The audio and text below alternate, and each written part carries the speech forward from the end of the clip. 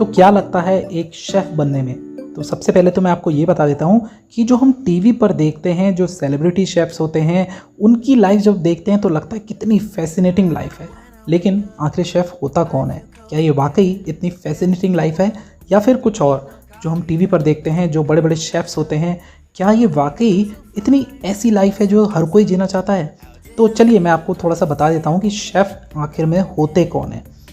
तो chef basically kitchen के जो एक हायरार्की होती है जिसमें होता है एग्जीक्यूटिव शेफ़, एग्जीक्यूटिव शू शेफ़, शेफ़ दी पार्टी, डेमी शेफ़ दी पार्टी और सबसे नीचे जो इस हायरार्की के लेवल में होते हैं वो होते हैं कॉमी। तो बेसिकली अगर आपको कुलिनरी फील्ड में जाना है यानी कि फूड प्रोडक्शन लाइन अगर आपने चुननी है तो सबसे पहले आपने एक बेसिक डिग्री या डिप्लोमा करना पड़ेगा जो कि 3 साल या 4 साल का हो सकता है।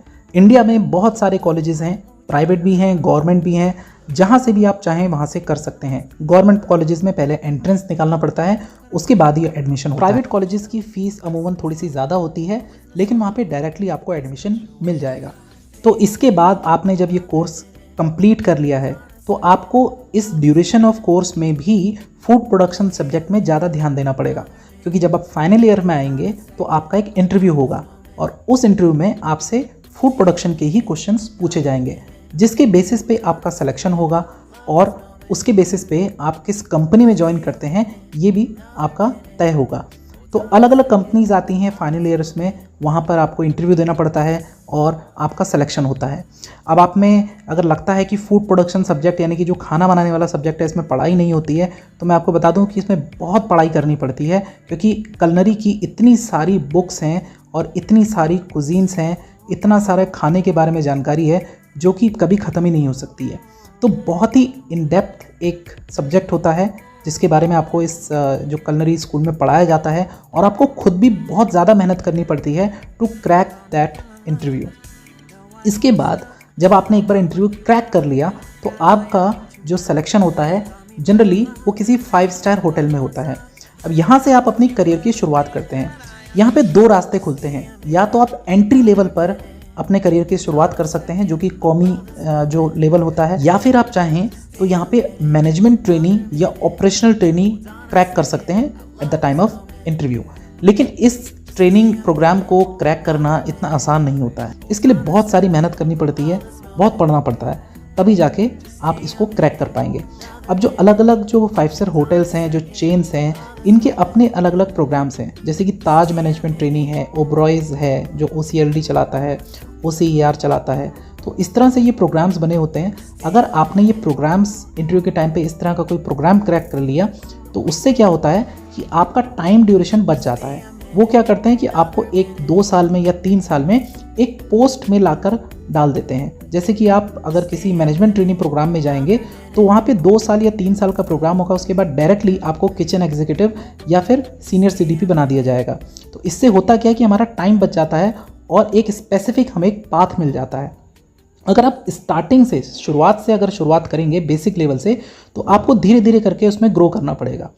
तो किचन की जो लाइफ होती है दोस्तों, ये इतनी आसान एक्चुअली होती नहीं है। अगर आप में वाकई पैशन है तो ही आप इस लाइन को चुनिए, नहीं तो यहाँ पर नॉर्मली जैसे आपको लगता है जो सेलिब्रिटी शेफ्स में आपने प्रोग्राम्स देखते हैं बहुत ही आपको इसमें फैसिनेटिंग लगता होगा, लेकिन एक्चुअल में क्या होता है ये बहुत हार्ड वर्किंग एक जॉब होती है जिसमें आपको लगभग 15, 16, 17 घंटे आपको काम करना पड़ता है। जनरली ये जो वर्क होता है ये आप बैठ के नहीं कर सकते हैं, आपको दौड़ा भागी वाला काम होता है और बहुत ज़्यादा इसमें स्ट्रेस होता है, साथ साथ दिमाग भी लगता है।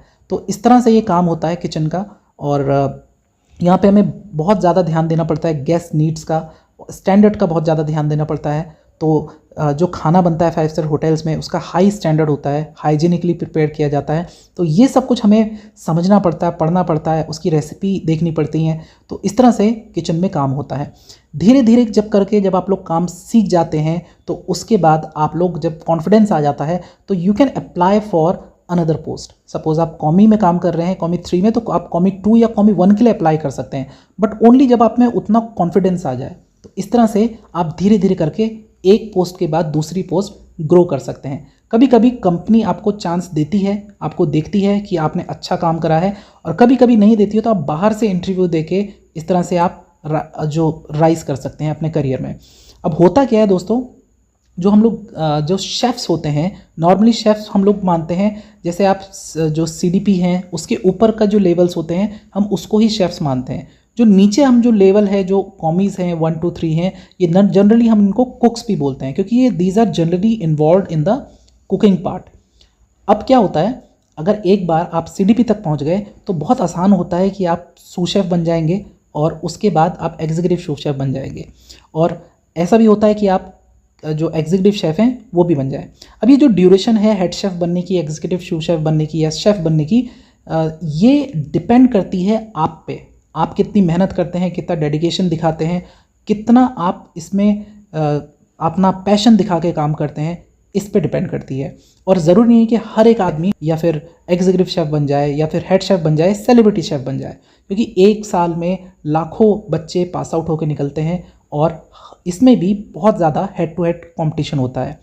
तो इस तरह से दोस्तों लाइफ होती है एक शेफ़ की।